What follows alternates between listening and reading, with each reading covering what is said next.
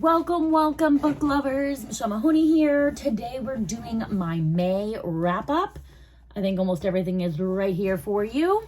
I didn't get my 100% goal, but I did surpass my original goal. So if you've been following me, you knew that my original goal was 8 books this month, but then I did raise it to 12, hoping that my audiobooks would pick up in getting me a little bit further. However, I have been slacking with my audiobooks because I've been slacking with my exercise. So everything kind of falls apart.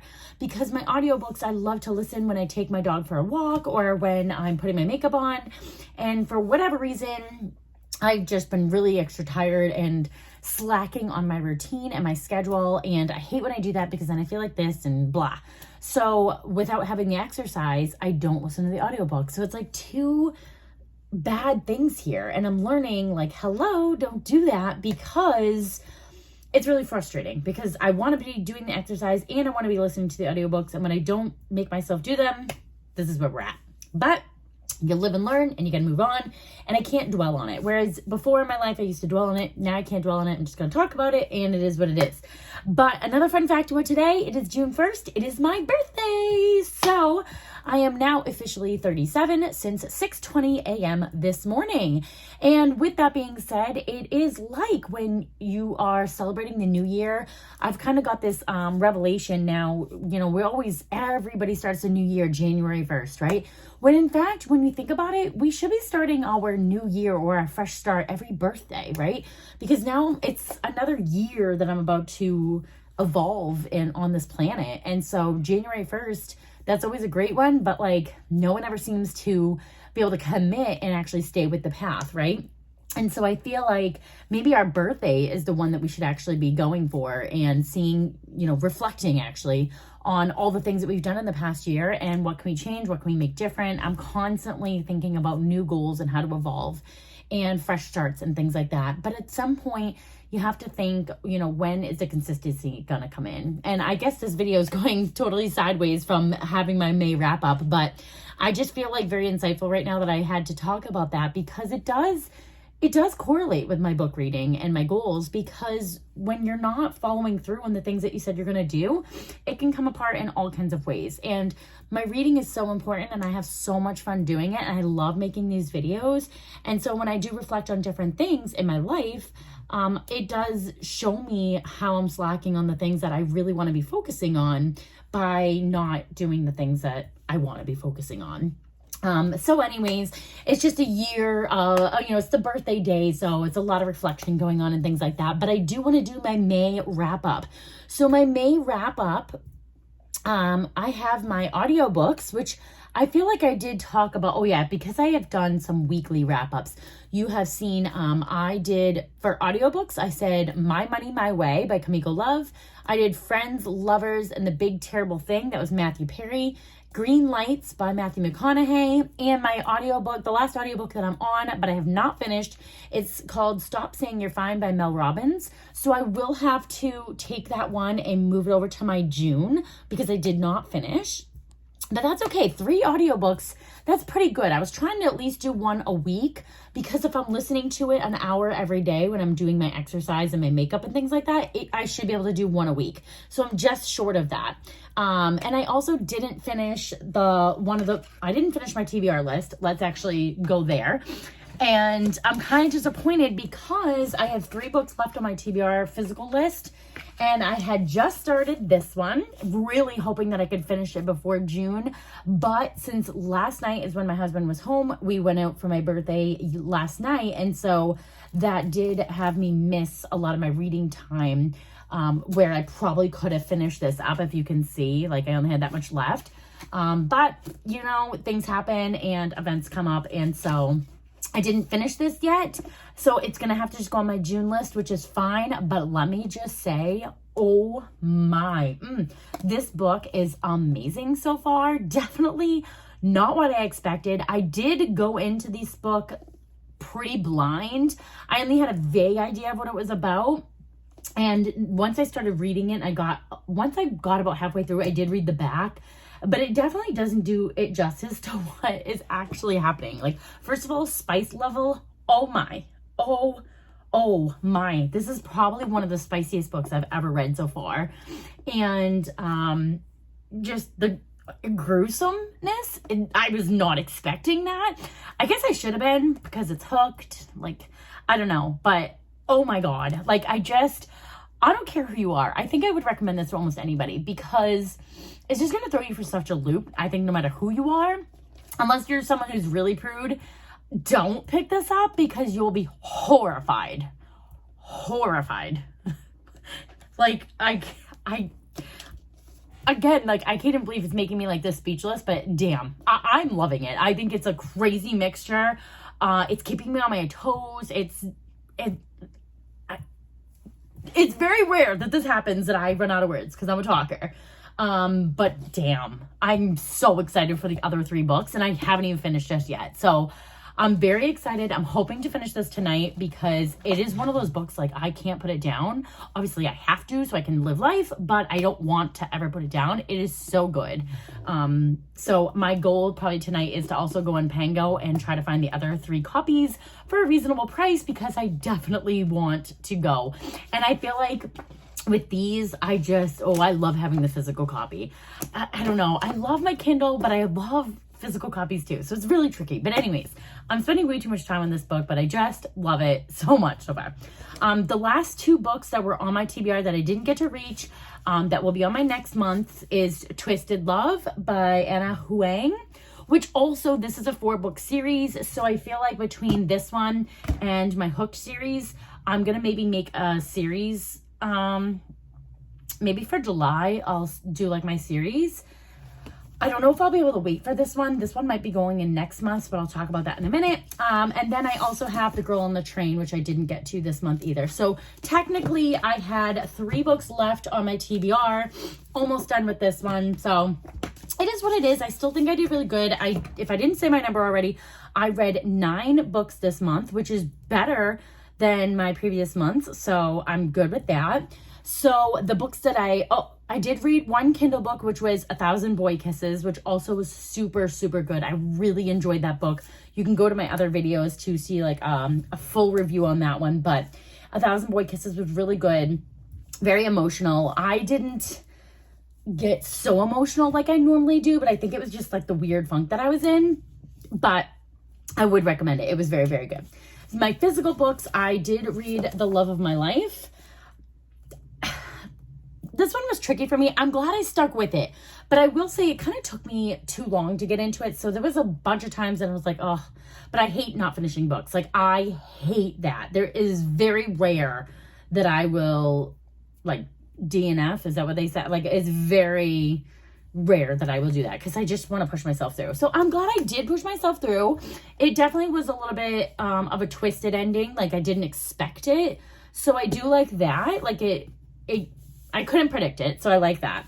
But I feel like it took so long to get like into the story and actually get into the depth of it, so that was a little hard for me.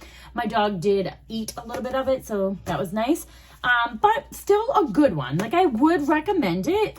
If someone was really wanting a good clincher, I have other ones, but still good.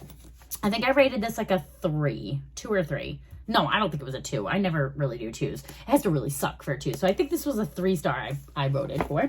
And let me actually go to this one next. Adelaide. This was good. I personally don't think it was as good as some people say it was. It was good. It was about a girl like finding herself. I think I also rated this like a 3-star. It did keep me engaged. It kept me going. Definitely some struggles, but I would honestly recommend this book for anyone that's in a situationship. You'll probably be able to relate to this a lot. I think maybe that's why I was just so frustrated a lot of the times, being like, what are you doing? Like, it was hard to like deal with that, but it's a very real thing that a lot of people are going through. So I could relate to understanding like why she struggled so much and like did all those things. But it was good. I don't want to down it. It was good. It was just, I think it's because it's not my typical genre. I'm more fluffy romance and then thrillers. And this was like taking me for a different ride, which I guess in a sense that is actually a good thing, because you don't see a lot of books like this, or at least I haven't seen a lot of books like this yet. So in that realm, I will say it was nice because it was so different. But I think that's why it's hard when you're into certain things. It's hard to branch out of that. But I will say that is why I respected the book a little bit more, is because it was so different than anything I've read. And it's very realistic, especially I feel like in this day and age. So with that being said, good.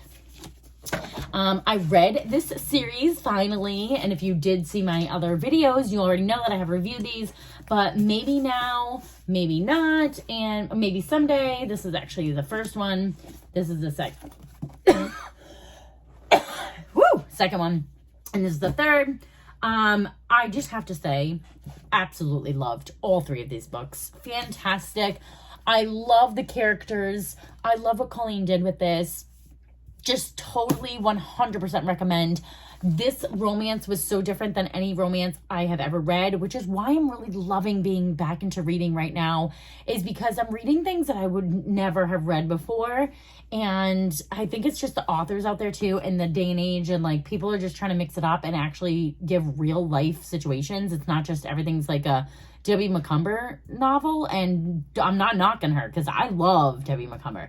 I love reading all that fluff, but they're very predictable, right? That's why we go to her, is for that romance and the predictability and the Hallmark movie type thing. Like, there's something so nostalgic about that, and I love it. But Colleen is writing about like real shit, like real life. This is how it's going. This is what sucks. This is what men do. This is what women do. Things aren't happy and cuddly all the time. It's messy and it's real life and it's spicy and like not Hallmark spicy. This is spicy. So definitely like 100% loved all three of the stories. Like I would honestly still feel like there's another character in here that she could touch on, and I would actually be very interested in reading from that character. So I haven't done any research. Maybe she is writing another one. I don't know. But I would like to see another character's point of view, because she pretty much touches on a lot of them, but there's like one kind of being left out, I feel like. And I feel like she could do another one, because these characters, it's like I miss them. Like I want them to come back.